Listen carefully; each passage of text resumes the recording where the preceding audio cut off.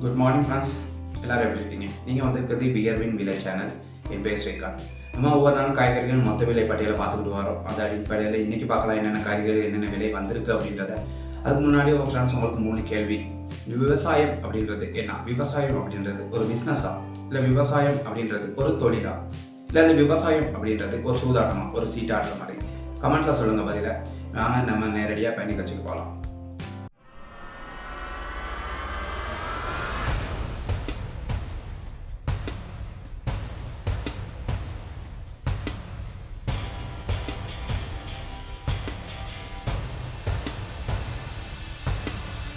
Friends, கரிமிளகாயிலேருந்து start பண்ணுறோம். கரிமிளகாய் இன்னைக்கு 450 ரூபா வந்திருக்கு ஒரு கிலோ. இது வளமையான விலையிலே தான் இருக்குன்னு சொல்லணும். விலை மாற்றமே இல்லை. கிரீன் ஸ்டாப்பிங்கில் பார்த்தீங்கன்னா ஃப்ரெண்ட்ஸ் கிலோ 300 ரூபாயும், நீல ராபு பார்த்தீங்கன்னா ஃப்ரெண்ட்ஸ் கிலோ 100 ரூபாயும் நிற்கிது. இதுவும் எந்த விலை மாற்றமே இல்லாமல் இருக்குது. அடுத்தது பார்க்கலாம் ஃப்ரெண்ட்ஸ், நம்ம பச்சை சுக்குனி 200 ரூபாயும், அதே நேரத்தில் மஞ்சள் சுக்குனி பார்த்தீங்கன்னா கிலோ 300 ரூபாயிலே நிற்கிறத பார்க்கலாம். பச்சை பார்த்தீங்கன்னா ஃப்ரெண்ட்ஸ் பச்சை 150 ரூபா ஒரு கிலோ போய்கிட்டு இருக்குது. சிவப்பு ராபு பார்த்தீங்கன்னா ஃப்ரெண்ட்ஸ் அது 700 ரூபா போகுது ஒரு கிலோ. காலிஃப்ளவர் பார்த்தீங்கன்னா ஃப்ரெண்ட்ஸ் கிலோ 400 ரூபா. அது பார்த்தீங்கன்னா ஃப்ரெண்ட்ஸ் ப்ரொக்கோலி கிலோ 500 ரூபா போய்கிட்டு இருக்குது. ரோஸ்மேரி பார்த்தீங்கன்னா ரோஸ்மேரி கிலோ 1000 ரூபா போய்கிட்டு இருக்குது. ரூபா பார்த்தீங்கன்னா ஃப்ரெண்ட்ஸ் கிலோ 100 ரூபா. பாஸ்லி பார்த்தீங்கன்னா ஃப்ரெண்ட்ஸ் பாஸ்லி கிலோ 600 ரூபா போய்கிட்டு இருக்குது. சலாது பார்த்தீங்கன்னா ஃப்ரெண்ட்ஸ் கிலோ 100 ரூபாயும், அதே நேரத்தில் சிவப்பு சலாது பார்த்தீங்கன்னா கிலோ 300 ரூபாயிலையும் நிற்கிறத பார்க்க முடியுது. ஐஸ் பேக் பார்க்கலாம் ஃப்ரெண்ட்ஸ், ஐஸ் பேக் ஒரு கிலோ இன்னைக்கு 350 ரூபா போய்கிட்டு இருக்குது ஐஸ் பேக். அதே நேரத்தில் கொத்தமல்லி பார்த்தீங்கன்னா கொத்தமல்லி 150 ரூபா போய்கிட்டு இருக்குது. சல்தரி பார்த்தீங்கன்னா ஃப்ரெண்ட்ஸ் சல்தரி கிலோ 1000 ரூபா போய்கிட்டு இருக்குது. அதே நேரத்தில் சிவப்பு கோவா பார்த்தீங்கன்னா ஃப்ரெண்ட்ஸ் கிலோ 900 ரூபா போய்கிட்டு இருக்குது. சிவப்பு கோவா. சைனீஸ் கோவா பார்த்தீங்கன்னா ஃப்ரெண்ட்ஸ் கிலோ 450 ரூபாயில விற்கிது. நம்ம அடுத்து பார்க்கணும் ஃப்ரெண்ட்ஸ் கோவா 150 ரூபா. நேற்று 130 ரூபா இருந்த கோவா இன்னைக்கு 20 ரூபா கூடி 150 ரூபாய்க்கு வந்திருக்குன்னு சொல்லணும். அதை பார்க்கணும் ஃப்ரெண்ட்ஸ், நம்ம கேரட் பார்த்தீங்கன்னா ஃப்ரெண்ட்ஸ் இன்னைக்கு 250 ரூபா, நேற்று 200 ரூபாய்க்கு இருந்தது.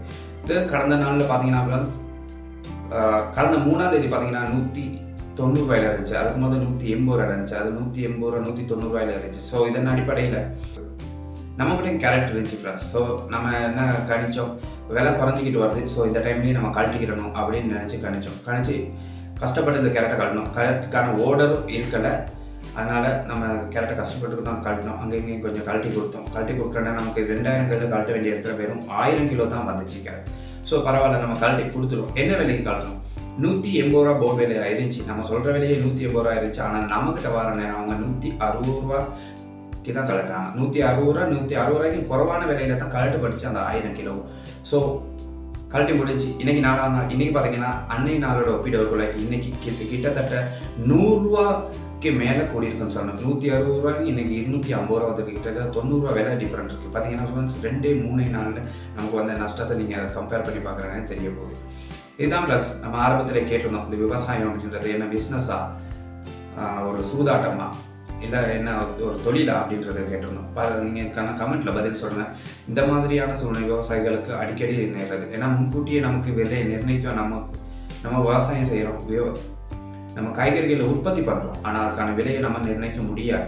விலை நிர்ணயம் அப்படின்றது ஒவ்வொரு நாளும் மாறுபடுது. ஸோ இந்த ஒரு நாள் 2 நாளுக்குள்ளேயே விவசாயிகளுக்கு ஒரு பெரிய அளவில் லாபமோ இல்லை ஒரு பல சந்தர்ப்பங்களில் நஷ்டமோ வரதுக்கான சந்தர்ப்பங்கள் இருக்குது. கமெண்ட்டில் சொல்லுங்கள் நீங்கள்.